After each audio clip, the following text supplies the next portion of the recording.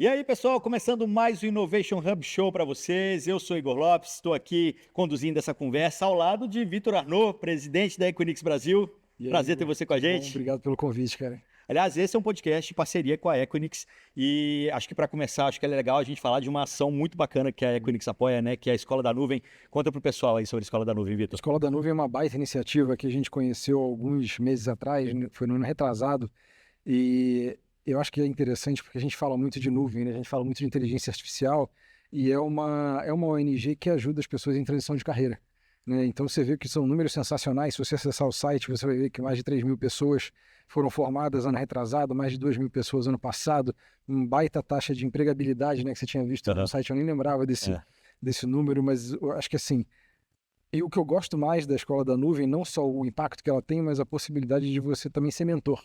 Então, para a galera que está ouvindo, que entende de tecnologia e quer ser mentor, né, da galera que está aprendendo, você consegue ir lá, se inscreve, tem todo um processo para conseguir participar disso. Mentor não só da parte de tecnologia, como da parte de soft skills também, que eu acho que é muito importante no mundo profissional hoje. São mais de 200 mentores, mas tem outro número também, Vitor, que são mais de 400 empresas parceiras contratantes.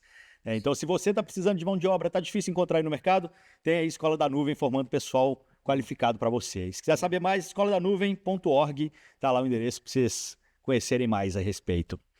Bom, pessoal, o assunto hoje, assim, no alinhamento ali, a conversa já estava indo longe, porque quando se fala em cibersegurança, cara, tem pano para manga, né? O que o pessoal consegue fazer aí para poder driblar as tecnologias que existem para poder segurar? A gente fala, é a eterna briga de gato e rato, né? E é cada vez pior, ou cada vez, enfim, mais interessante, na verdade, quando a gente trabalha novas tecnologias. Inteligência artificial vindo agora, ela ajuda tanto um lado quanto o outro. Se a gente pensar em computação quântica daqui a pouco, onde será que isso vai parar? Acho que a conversa vai ser bem curiosa. Deixa eu apresentar para vocês o Hélio Santana, que é fundador e hoje presidente do conselho da HS Prevent. Prazer ter você conosco também, Hélio. Um prazer aí estar com vocês, tá? Para a gente conversar esse assunto que eu não falo que eu gosto, eu sou apaixonado aí, né? Tanto quanto que eu transformei isso aqui não só numa empresa, mas no meu modo de vida, tá? Fala para o pessoal o que é a HS Prevent. A HS Prevent é uma empresa voltada à área de prevenção de perdas e fraudes. Hoje atua no mercado financeiro, né? Na perdas em geral voltado ao setor financeiro, tá? Também atuando na área de saúde, seguros e os afins. Onde tem perda, nós estamos lá para prevenir. Tá bom? Terror dos fraudadores. Terror dos fraudadores, tá? Tanto é que, 2024, vocês conseguiram evitar a perda de 5,6 bilhões de reais em fraudes. É um número absurdo, é um número gigante. Olha, esses números, eles se agigantaram nos últimos anos, né? Quando nós falamos de evitar 5,6 bilhões, quando nós estamos falando até das escolas, desse projeto social que vocês falam, esse trabalho que nós fazemos é também um trabalho também de cunho social. São 500 mil de famílias que estariam com problemas muito sérios. Então, são atingidas, foi cerca de 423 mil pessoas que foram atingidas, que seriam atingidas, né? Que nós conseguimos bloquear essas fraudes. Sejam elas no momento de uma contratação de uma conta digital, de aquisição de um veículo em seus nomes.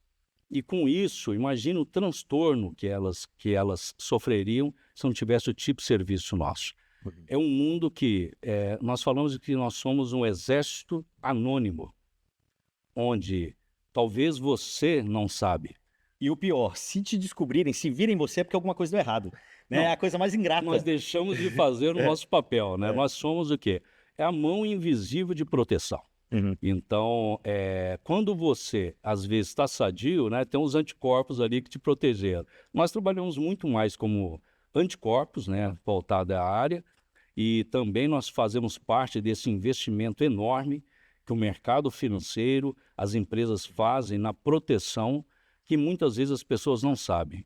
É um investimento bilionário mesmo, e com certeza, se não tivesse isso, os problemas seriam muito maiores e muito mais perceptíveis. Você está muito focado na área financeira, né? Então, transação de cartão de crédito, tanto no online quanto no físico, tudo isso é onde você está atuando aí para poder prevenir. Isto, na verdade, todo tipo de transação financeira. Esse é o que nós temos mais que está no nosso dia a dia, né? As transações, as novas tecnologias, o consignado, não é que seja privado, seja ele público. Nós estamos falando também de aquisição de consórcio. Todos os produtos que todas as pessoas que nos ouvem hoje transacionam, provavelmente passa por nós. Então, e nós é que trabalhamos assim para gerar o que nós chamamos a área de segurança do produto. Tem um produto, tem alguém que tem que gerar segurança, e esse é o nosso papel dentro do nosso negócio. E, Igor, o que eu acho legal de trazer o Hélio aqui, que o Hélio, além de entender do produto dele, ele entende de segurança da informação como um todo. Legal. Você viu a aula que ele deu pra gente, ele só na conversa prévia, e ele dá todo o contexto. Então, assim, acho que é uma baita aula que a gente pode ter aqui do que foi segurança da informação, o que é segurança da informação, e o que vai ser também no futuro. Mas quando fala de segurança da informação, tudo isso que o Hélio está trabalhando passa por dentro de um data center. Sim. E aí, dentro do data center, vocês também têm várias camadas de segurança ali, porque é o que a gente estava falando, cara. Tá cada vez mais... O pessoal está cada vez mais criativo nos ataques, né? E eu acho que, assim, que tem aquele vídeo que você fez o tour lá, você mostrou as camadas de segurança, tudo começa na segurança física, no acesso físico aos equipamentos, até a gente chegar na parte lógica, toda a parte de inteligência que o Hélio vai trazer também, e de contra-inteligência, que são fundamentais para a gente ter esse combate que é tão necessário hoje em dia no mundo digital. E hoje até já não dá nem para falar mais no mundo digital separado do físico, né? É uma coisa que já funciona de forma junta, né? De forma unificada. Hélio, quando que a HSPrev começou? Ela começou em 2007. 2007, nessa época... 18 anos, tá? 2007 era a época do CD-ROM. Ainda, olha, eu vou falar. Como é que eram os golpes nessa era? Nessa época, os golpes, na verdade, sabe, eles não mudaram, tá? Eles tinham tecnologias diferentes. Na verdade, era assim, sempre o módulo que a gente chama triângulo da fraude, ele tem, esse triângulo é montado o quê? Ele precisa do quê? Oportunidade, processos, oportunidade e impunidade. Se você tem um mau processo, ele gera oportunidade, e impunidade gera coragem para execução. Então, ele sempre via oportunidade aonde? Onde tinha uma falha de processo, que é onde se busca a mesma coisa hoje. Segundo, processos mal feitos geram softwares mal feitos nos dias de hoje. E depois impunidade, né? Impunidade, aí antigamente tinha uma coisa, né? Eu vou falar antigamente, em 2007, já faz 18 anos, né? Tinha o aspecto moral da sociedade era diferente. Quer dizer, um crime ainda era crime. Vamos colocar entre aspas. Mas será que a rastreabilidade naquela época não era mais fácil também? Ela era mais difícil. Mais difícil? Mais difícil. A rastreabilidade era muito assim, em cima do homem, do indivíduo. Mas ela dependia ainda, vamos falar assim, dele confessar o ato. Hoje, os atos dele é que faz ele confessar. Então, assim, me dê os fatos que eu te dou o direito. Hoje, nós conseguimos fazer. Eu vou explicar isso até para ficar mais fácil. O que acontece? Quando na sociedade, quando nós falamos de segurança, nós tínhamos assim, olha, você começava a falar assim, ó, você tem essa senha e você tem que garantir a segurança dela. E essa era, se a pessoa assinava um termo e aquilo ali era a segurança. A segurança da informação, ela era muito mais voltada a controle de senhas. E era muito mais voltada à confiança pessoal desse indivíduo que era depositado, ó, isso aqui é você que cuida. E isso perpetuou por vários anos. Depois a engenharia social foi chegando, olha, você ganha 2.000, mas eu te pago 10. E aí nós sabemos que os países da Europa têm níveis de segurança baixos por causa de uma coisa muito específica. É muito fácil ser honesto quando se tem dinheiro. É em cima da vulnerabilidade social é que se realmente garante se essa pessoa é de confiança ou não. Então, a partir do momento dessa vulnerabilidade, começou a ter ataques. Aí começou-se a criar a cultura de segurança da informação com dispositivos. Aí sim, com cofres de senha, começou a se desenvolver ali só dupla camada, fatores de autenticações diferentes, duplas pessoas, né, precisando não de uma pessoa para acessar um sistema, mas 2 pessoas. E aí começou a criar processos seguros, não mais uma pessoa segura. Então começou. Aí foi evoluindo, né? Como começou a HS? Nós éramos consultoria especializada, que fazíamos serviços de inteligência, trazíamos para os clientes o que eles deveriam fazer, mas os fornecedores deles não conseguiam executar aquele trabalho.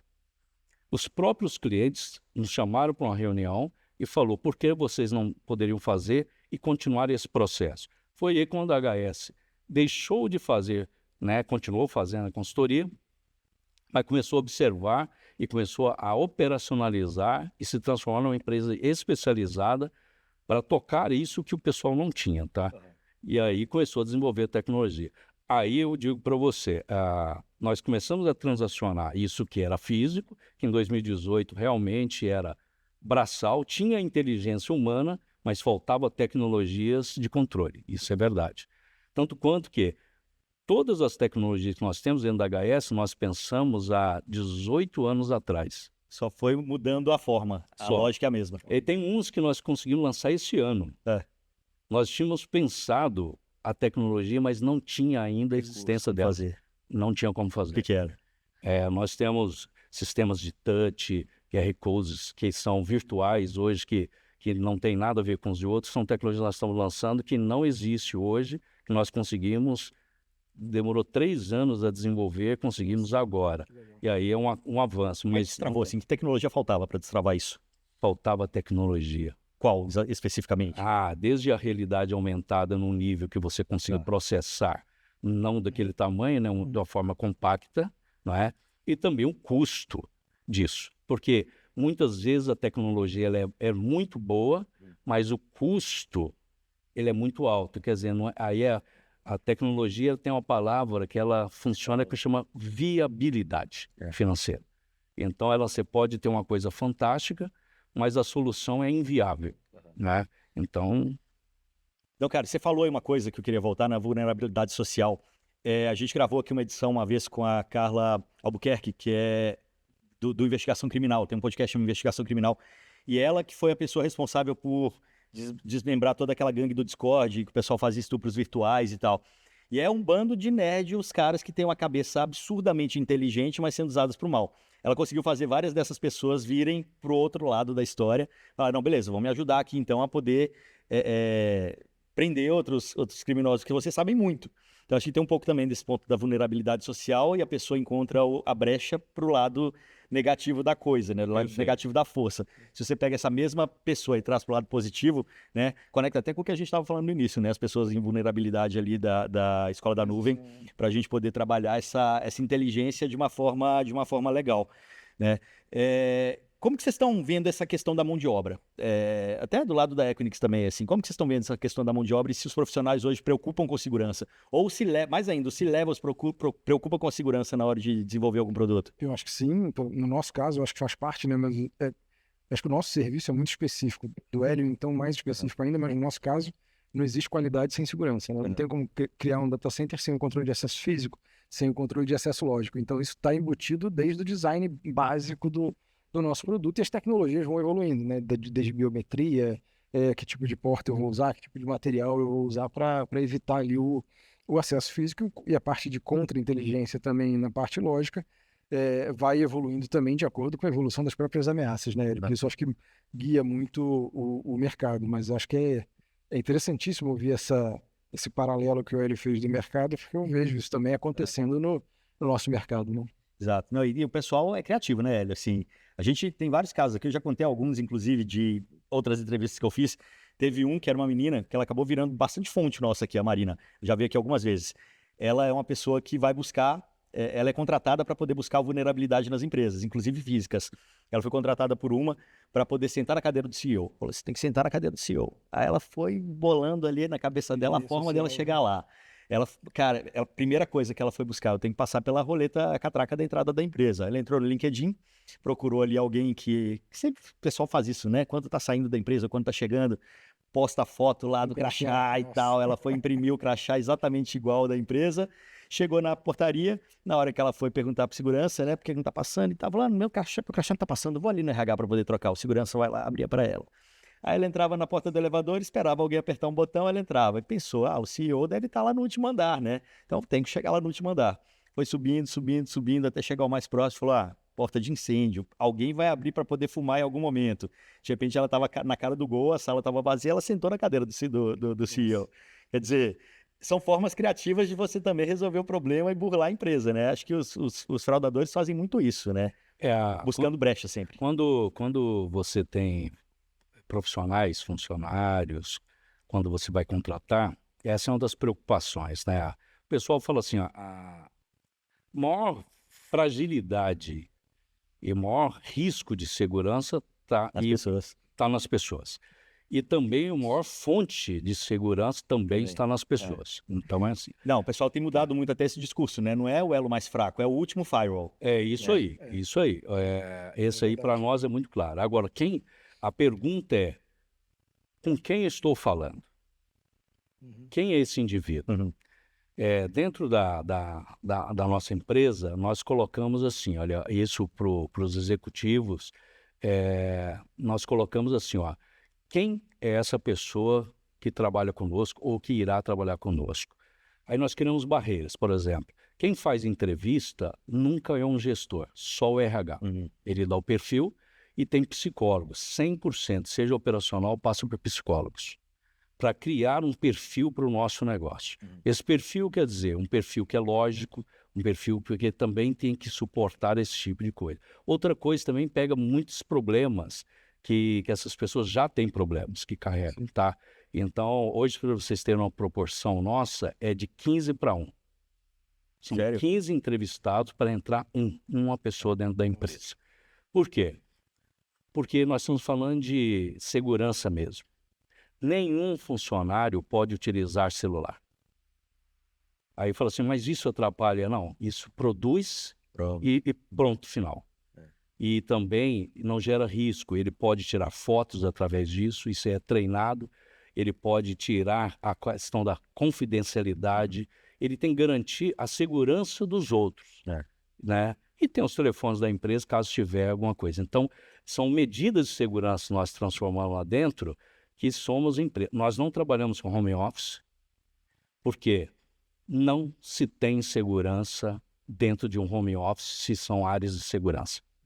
Então, profissionais da minha área podem falar o que seja, isso eu garanto para vocês, porque nós temos a área... Ninguém está seguro 100%. Não. E por quê? Porque a pessoa pode gravar, nós temos casos de facções que usavam para gravar pessoas trabalhando em home office, gravam isso, e as pessoas achando que os dados delas podem estar sendo levados, empresas confiando nisso. Então, nós não aceitamos, independente da área, a não ser áreas comerciais. Porque nesse caso tem um objetivo, tem um porquê. Tem um porquê. Se não ter o home office. Algumas áreas tudo bem, né? Sim. Por exemplo, uma área comercial, uma área que são perfis onde não tem esse sigilo tanto, né? Mas muito cuidado. Então, nós levamos a segurança a um nível muito alto. Tá? Como ser criativo e pensar nessas possibilidades de brecha? Porque, por exemplo, outro dia eu estava vendo, já estava comentando aqui, né, de um banco, que é a sua área financeira, que criou um bot que era uma velhinha que fica enganando a pessoa que está aplicando um golpe, né? E fica ali até o último segundo, até ele desistir, enquanto isso ele está perdendo tempo e não está aplicando o golpe real em uma outra pessoa. Ela fica, porque eu não estou achando o número do meu cartão, me ajuda. Porque onde que eu aperto aqui agora? Até o cara desistir do outro lado, né? Isso é uma forma de se criar um contra-ataque. Mas tem várias outras coisas que eu acho que as pessoas podem estar pensando e como vocês ficam nessa briga para poder chegar antes deles, sabe? Ou tem que esperar, onde vocês encontram indícios de que eles estão pensando dessa forma para você poder criar o contra-ataque? Na verdade, aí entra a área de analytics. Com o analytics, você consegue ter o padrão do fraudador, tá? Nós conseguimos, dependendo, por exemplo, vamos falar uma rua que vende veículos aqui em São Paulo, vamos falar Inácio Yayamel, não é? Dentro de São Paulo, ou qualquer outra rua que vende. Todo dia tem 4 fraudes, no mínimo, de veículos lá. Nós já sabemos que vai ter 4. Chega o momento que, se a polícia estiver lá, ele vai prender 4 pessoas. O que é bom dessas novas tecnologias que antigamente não tinha e hoje o elemento preditivo tem? O rosto dos fraudadores, a LGPD não protege, porque ela protege o bom cliente. Hoje nós conseguimos ver o rosto do fraudador nos estabelecimentos se passando por alguém. Essas pessoas, elas cometem crimes o tempo todo. É o que a polícia de São Paulo que está utilizando essas câmeras aqui. Então, isso é previsível. Agora, tem um perfil. Todo fraudador, as pessoas comuns, igual nós, pessoas, por exemplo, quando nós entramos num ambiente, você não fica olhando se ele tem câmeras quando você é uma pessoa honesta. Então, as pessoas que são desonestas procuram dispositivos de segurança. Então, aquele que procura dispositivos de segurança, ele já gera alerta, já gera alerta. E o flagzinho já aponta. Isso faz com que ele chame a atenção, ele busca valores, não é? Por exemplo, aí se usa matemática, né? Que se usa muito na nossa área, por exemplo, a lei de Benford. A lei de Benford, aquela da forquinha lá que a gente estuda, né? Aí você vai pegar seus filhos, vai pegar lá, vai brincar lá, qual é o jogo da forca? Aí falou assim, qual a primeira letra? Nós falamos a letra A, não é assim? Por quê? Porque ela aparece em X% das palavras, cerca de mais de 30% de todas as palavras em português aparece a letra A. Qual que é a pior letra? A U. Então, por exemplo, vocês senhas, como as pessoas quebram as senhas de vocês, isso é bom, eu falar para vocês, espera para o Benford. A lei de Benford, de acordo com o número 1, 2, 3, 4, 5, 6 até o 7, elas aparecem na maioria das senhas nossas. 8, 9, 7, 8 e 9, na verdade, ela aparece só de 6%, 7%. Por isso é que a maioria de vocês, nós estamos aqui, vocês dois, vocês podem ver que as senhas de vocês não tem muito 9, só contém aniversário. O cérebro não pensa assim. E tem softwares de quebra que usam essa lei de Benford. Então você consegue visualizar qual vai ser os números. Se for mais velho, usa lá usa lá a tralha, né, o jogo da velha. Se for mais jovem, online. Se for muito velho, underline. Então, se vocês usam, é que vocês estão velho mesmo, sabe? Entregou a minha senha aqui. As fichas, quando vocês colocam, qual que é o cachorrinho seu, que vem aqueles que vocês preenchem em cadastro, aquilo ali é para captação. Onde vocês já usaram quando tiver um animal especial, vocês já colocaram ele como senha, a faculdade, o curso, as pessoas se adoram, então são colocados, né? E eu tenho um colega que trabalha comigo, agora já estamos falando só em tecnologia, falando de senhas também, e falando em novas tecnologias, eu vou aproveitar agora, que aí quebra isso aí, está no DCMM em Dubai, já desenvolvendo a matemática quântica. Sim. Tá? Então ele está lá, o Hugo Herschel. Então, que essa aí vai quebrar as senhas todas que a gente tem hoje. Então, agora você imagina você falando do seu cachorrinho e tudo. Ele vai ser combinações em uma fração tão grande que nem o poder de processamento quando você tem bloqueio de senha, vai conseguir bloquear tão rápido, tá? Então, assim, vai quebrar. Aí vai entrar na biometria, vai ter outras coisas para poder... Não, aí vai ter criptografias quânticas. Sim. E aí vai entrar. Só que você precisa disso uma matemática quântica, tá? Então, por isso que estão criando já matemática quântica para gerar esses números quânticos. Então, nós estamos falando já de um outro avanço. Mas, mesmo assim, com tudo isso aí é só ferramentas.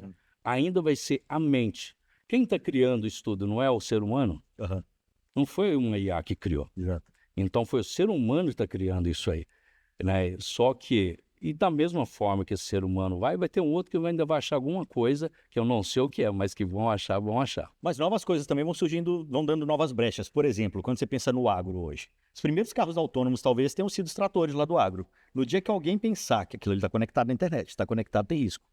Alguém pensar em invadir um trator e ferrar toda uma plantação de soja gigante, né? Ou sei lá, você pensa na saúde, o hospital que não tem um firewall, alguma coisa. Não, e aí os médicos hoje têm feito o nosso velho bring your own device, porque o equipamento dele é melhor do que o do hospital fornece. Aquilo ali vai conectar na rede 5G dele, porque não pode conectar na rede do Wi-Fi, na rede do hospital, que é protegida. como as pessoas vão começando a usar essas coisas sem pensar na questão da segurança, né? Acho que a educação volta a ser ponto fundamental aí. Olha, criar tecnologias sem segurança é a coisa mais fácil que tem. É. Então, E assim, usar principalmente, né? Tem o ChatGPT, por que que eu não vou usar? E ele Ah. não pensa que aquilo ali pode estar gerando risco. o pessoal fala, por que que as fintechs morrem cedo? Porque elas nasceram para morrer. Por causa de uma coisa, eles não pensam em segurança. Um negócio sem segurança não tem vida longa. Por quê? Porque no momento que ele escalar, que ele crescer, eles vão ter todos os olhares de ataques, de fraudadores, de criminosos em cima do negócio dele. Mas mesmo antes já tinha, não? Não, porque assim, é mais ou menos assim, ó, você tem um banquinho, você tem uma banca, né? Aquela banca ganha R$3.000. Não, é igual aquela Assim, história ó, de... eles só vão, Aham. assim, você vai se virar só alvo, eles monitoram. Aham. Quando você chegar em 100 mil, eles vêm. Era igual aquele papo de iOS e Android. Ah, iOS é mais seguro? Não, porque é menos utilizado. Né? Ó, aqui em São Paulo, por exemplo, você pergunta para mim assim, olha, qual que é mais seguro? O iOS ou o Android? Bom, aqui nós temos 2 lugares em São Paulo, a polícia cada dia bate mais, é o bairro do Cambuci e da Casa Verde, não é? Um é 2 minutos, o outro 15. Então, é questão de minutos. Então, as tecnologias para isso já são altas, não é? Mas o comportamento da pessoa, do usuário, é que ele quebra toda a segurança. Então, não está se falando do Android, né? Por exemplo, salva tudo num cofre. Aí depois cria um e-mail que está dentro do próprio e-mail para salvar o e-mail. Então, assim, não, você tem que criar pelo menos em cofre01@gmail.com e não grave em lugar nenhum. Depois você entra. Não, ele coloca para salvar no próprio. Então, assim, criar. Ele criou a própria insegurança. Então, quando nós falamos que vai ter invasão, mas ele tem muita falha. Eles entram nas falhas humanas, nas configurações, eles desconfiguram para ele entrar em determinado site, ele vai te explicar, deixa entrar qualquer cookie, faz isso. Aí quando você fala, eu não jogo tanto para as empresas, né? Tanto também, né? Que eles habilitam todos os aspectos de segurança, depois falar, poxa, mas é um absurdo, né? iOS ou Android ter vazado isso. Vamos falar o que você fez. Desabilitou tudo para você entrar em determinados sites não recomendados para maiores de 90 anos. Né? E depois você quer que sua vida seja segura, né? Então, algum preço você vai pagar. Vai pagar. Com certeza. Vitor, no caso de Equinix, quando a gente pensa em segurança, o que passa na cabeça de vocês assim, com essas novas formas de se usar a tecnologia? Como que vocês trabalham esse futuro da segurança? Começa com segurança física, né? Como o próprio Hélio estava falando na conversa prévia, a gente continua com essa preocupação. Esse exemplo que você deu da menina sentar na cadeira do senhor é um exemplo perfeito de engenharia social. E a gente tem que se proteger cada vez mais com isso, com múltiplos níveis de acesso e múltiplos níveis de autenticação também, né? Porque imagina, a gente está ali controlando não só o acesso dos nossos colaboradores, mas dos colaboradores dos clientes também e dos fornecedores desses clientes. Então a gente tem toda uma complexidade ali, onde a gente tem que usar as melhores tecnologias, mas ao mesmo tempo eu não posso simplesmente fazer com que ele não entre no data center, né? Que seria o mais seguro do mundo, isolado do mundo todo. Mas não é esse o caso. Então a gente trabalha todas essas camadas e esses níveis de segurança para conseguir prover um serviço onde você tem 500 clientes funcionando dentro do mesmo data center. E eu acho que isso é extremamente complexo, mas volto no ponto do Hélio, que é conscientização. Né? A gente só consegue isso, não só com a conscientização do nosso colaborador, como a conscientização dos usuários também que estão indo lá no data center para entender as políticas. Você lembra quando você foi lá, das políticas na porta, das instruções do pessoal fazendo tour, né? Isso aqui pode, isso aqui não pode, até aqui você pode fazer isso, até aqui você não pode. Então isso é processo, é impressionante como essa coisa do comportamento que o Hélio mencionou faz todo sentido com tecnologias antigas, com as tecnologias atuais e vai fazer mais sentido ainda com o futuro. Né? Você sabe que, bom, eu vou contar uma aqui agora, Casa de Ferreira e Espeto de Pau. Lá nos idos de 2007, 2008, quando não existia nem nuvem ainda, eu trabalhava num site de tecnologia e escrevia muita matéria sobre segurança e tal. E um belo sábado de manhã a gente entrou no site, ele tinha sido invadido e a pessoa colocou uma matéria falsa. Ele escreveu uma matéria falando sobre cuidado com a segurança, não sei o que lá, até mesmo esse site que fala bastante sobre segurança, acabou de ser invadido. No final, esse cara acabou sendo contratado para virar consultor de segurança da empresa na época. Que legal. Mas assim, todo mundo tá à mercê de ataque hoje, e assim, você não sabe de onde ele vem. Né? A gente estava falando agora mesmo também, assim, dos casos de Olimpíadas e Copa do Mundo, né? Nesse caso, falando de um site que estava num servidor específico num lugar. Mas quando você fala de Olimpíadas do Rio, você está falando da cidade inteira. Então você não sabe de onde o ataque pode vir. Ele pode vir, sei lá, do ataque de bomba, ele pode vir na rede elétrica, como aconteceu em Heathrow agora mesmo, ele pode vir no sinal de trânsito e travar a cidade inteira e ninguém chegar na competição. É muito holística a visão de segurança, né, para tudo, assim, seja num data center, seja num cliente.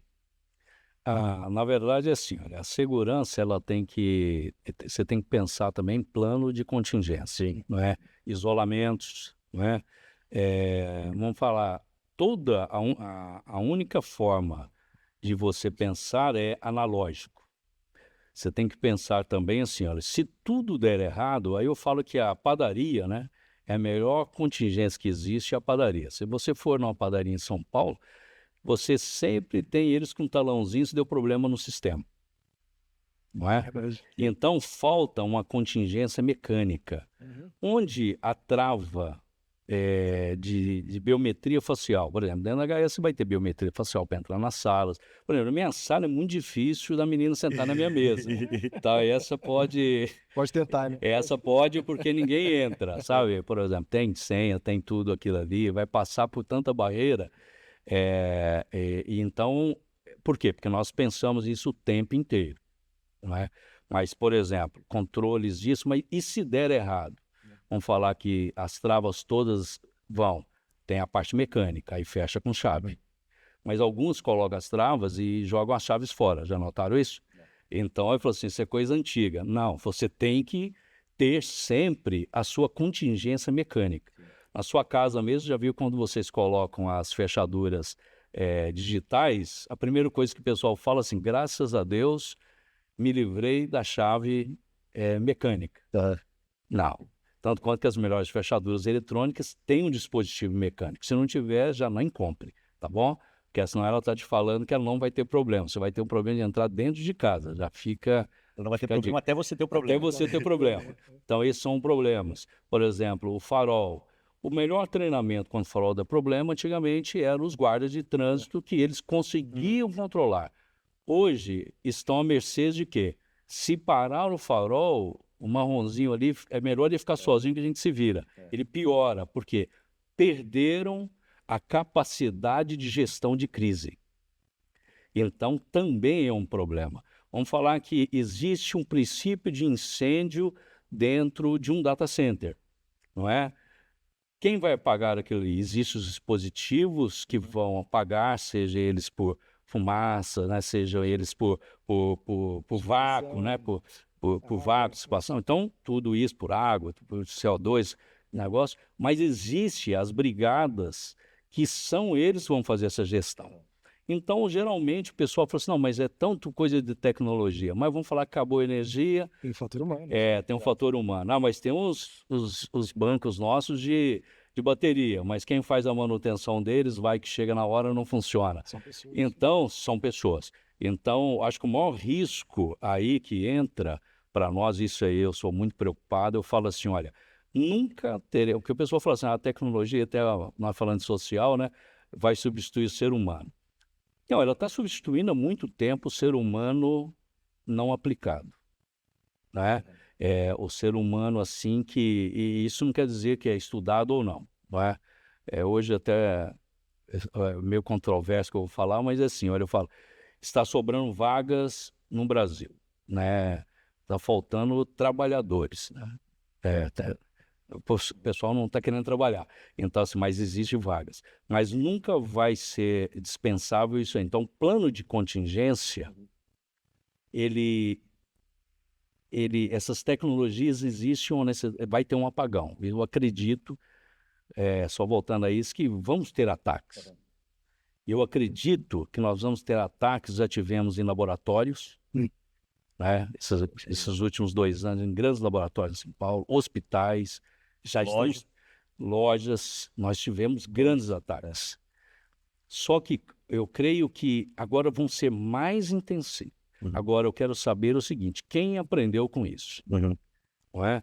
Então, alguns tiveram e a pessoa só ouve falar daquele nome, mas ele não fez o trabalho de casa.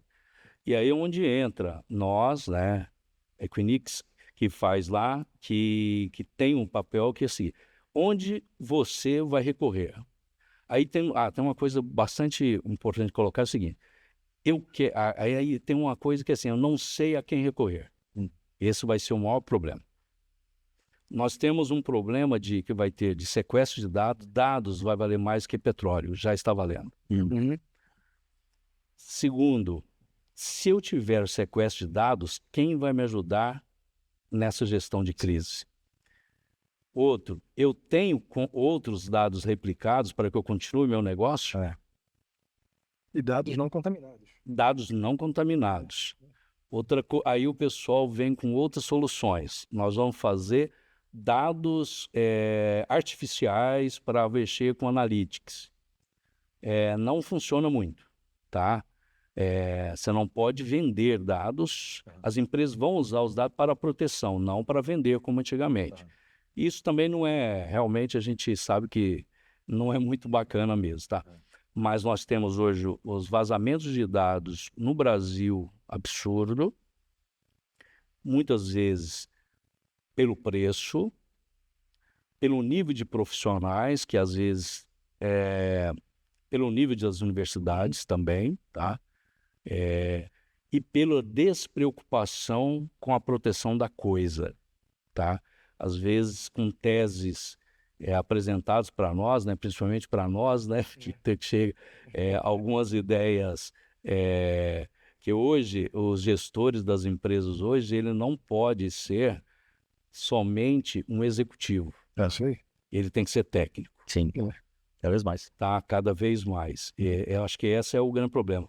E só voltando à pergunta, assim, ó, eu creio que nos próximos 5 anos nós vamos viver os maiores ataques de cyber que nós já vivemos. Os últimos 30 anos, para nós vamos ter tudo em um ano só. A curva é exponencial. Vai ser exponencial. Aí você quer conhecer uma estratégia de contenção? Se acontecer um apocalipse zumbi, Vitor, o que acontece com os dados que estão dentro do data center da Equinix? Eu acho que vai depender muito da arquitetura de rede do projeto, né? Então você tem que ter a alta disponibilidade, não só dentro de um data center, mas distribuído em vários data centers. Por isso que a gente tem arquiteturas, quando a gente fala em nuvem privada, nuvem pública, né, edge, arquitetura distribuída de dados que você não tem teu dado isolado num ponto só, não tem o famoso ponto único de falha.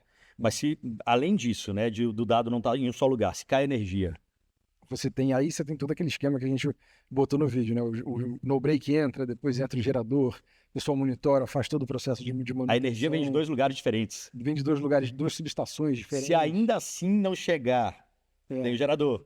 Tem o no-break, que mantém a energia funcionando por alguns segundos, aí o gerador entra. E esse gerador também tem redundância. Ele pode ser reabastecido no quente.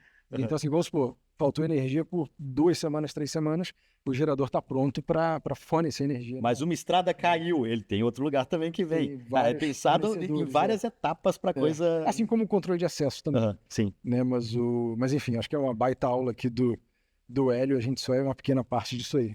Boa. Mas Phoenix, quando nós fomos lá, o pessoal é chato para entrar lá também, tá? Eu falei, nós somos chatos, mas nós demoramos lá. Eu falei assim, aqui só pode beber água, Hélio, mas sem gás, tá bom? Aí falaram assim, tem que ser. Mas é o que acontece. Lá no próprio prédio nosso também, os outros negócios que a gente tem, também tem, para rodar, tem interno, geradores, tem que... E o custo disso só nós sabemos, né? Uma empresa segura custa caro. É que não é custo, é investimento. Pensa no que você vai perder. É isso. É um custo caro. Por que eu falo custo? Porque nem sempre os clientes entendem isso como investimento. Quando ele... Mas para nós sabemos que eles sempre depois entenderão. Mas se acontece alguma coisa, né? É isso. Mas aí, por isso, aí voltar naquele ponto. Hoje, todo executivo precisa ser um pouco técnico para poder entender essa conversa nesse nível. Precisa, né? Precisa. Hoje o executivo que chega e fala assim, o negócio meu é só resultado, ele tem uma vida muito curta como executivo. Exatamente. Porque eu vou perguntar o que é resultado. Resultado financeiro, você vai ter grandes resultados, médios e às vezes baixos. Por quê? Porque depois nós estamos no período de guerra, né? Nós estamos no período de mundo, por exemplo, esse momento de mundo agora é um mundo de Certeza, né? de incertezas, né? Quando eu fui em 2020, em janeiro, lá no Cubo, o pessoal falou do mundo VUCA, ou VICA, né? Eles falaram do mundo volátil, incerto, complexo e ambíguo, né? Eu vi em março tudo isso de uma vez só. E depois agora eu descobri que o Brasil é volátil, isso o tempo incerto, todo. complexo e ambíguo. Agora eu falei, isso aí para mim não é mais nada. Mas se ele não for técnico, ele vai fazer escolhas ruins. Uhum. Vão apresentar projetos que vão falar assim, isso é muito bom. Muito bom é diferente de muito seguro para o nosso negócio. Hoje, uma receita ela vai ser garantida se você está seguro. Nós usamos um slogan lá, que é dentro da empresa, é assim, dois slogans que é importante. Primeiro é, ser preciso é preciso. Não tem espaço muito para erros. Sim. Não é? E o outro é proteger o nosso negócio. Então, é a proteção. Então, se a pessoa falar assim, vamos fazer isso, eu falei, proteger o nosso negócio. Nós não podemos abrir mão. Às vezes até teve clientes ou, vamos falar, prospects, né, que estavam chegando e falavam, não, para mim eu quero isso, aquilo, outro. Nós falamos, não. Porque eu não vou contaminar meu ambiente e todo o meu ecossistema porque você não lida bem com a sua segurança. Por quê? Se você for atacado, vão falar que está conosco. E aí, Não desculpa, quero misturar essa tinta. Aí ele falou para mim assim, né? Mas eu estou pagando. Eu falei assim, desculpa, eu tenho até uma pessoa que posso te indicar, ele vai conseguir te quebrar rapidamente, né? Tipo assim, por quê? Se for falar de segurança, não mexa conosco. De não segurança. De segurança nós conversamos. Porque nós temos que proteger também o nosso negócio. Exatamente. Bom, essa conversa poderia ir longe aqui, ainda tem um monte de pergunta na cabeça, queria falar de MVP, queria falar, cara, de várias outras questões aqui, mas nosso tempo está estourando. Hélio, para conhecer um pouco mais da HS Prevent, qual é o melhor caminho? O melhor caminho nosso pode entrar primeiro pelo site www.hsprevent.com.br e falar com o nosso comercial, tá bom? E que também está no site lá e nós vamos querer receber vocês participando lá, qualquer uma das pessoas interessadas a visitar o nosso site, tá? E eu tenho certeza aí que vocês gostarão e vai ser uma honra lá recebê-los. Tá bom? Perfeito. Vamos colocar aqui do lado também o link, o seu LinkedIn, para já bater um papo com você também. LinkedIn do Vitor Arnaud, nosso presida, que está sempre presente ali no LinkedIn também com vários insights legais. Já está virando top voice. Já sou. Já virou há muito tempo, é verdade. Não, já foi. Virou há muito tempo. Já foi. Agora é manter, né? Isso aí. Mas, cara, o link da Equinix, eu acho que é o melhor canal. E põe o vídeo também do tour no Data Center, que o pessoal sempre pergunta, né? Mas como é que é visitar um Data Center em funcionamento? Acho que aquele vídeo que você gravou é o melhor que a gente tem para mostrar como é que funciona. Perfeito, é super curioso, vale a pena assistir. Hélio Santana, fundador e hoje presidente do conselho da HS Prevent, Vitor Arnaud, presidente da Equinix Brasil. Pessoal, prazer, foi ótima conversa, uma aula de segurança aí. Obrigado, Igor. Sempre legal e sempre importante falar sobre isso. Valeu, gente. Muito obrigado. E até a próxima. Obrigado.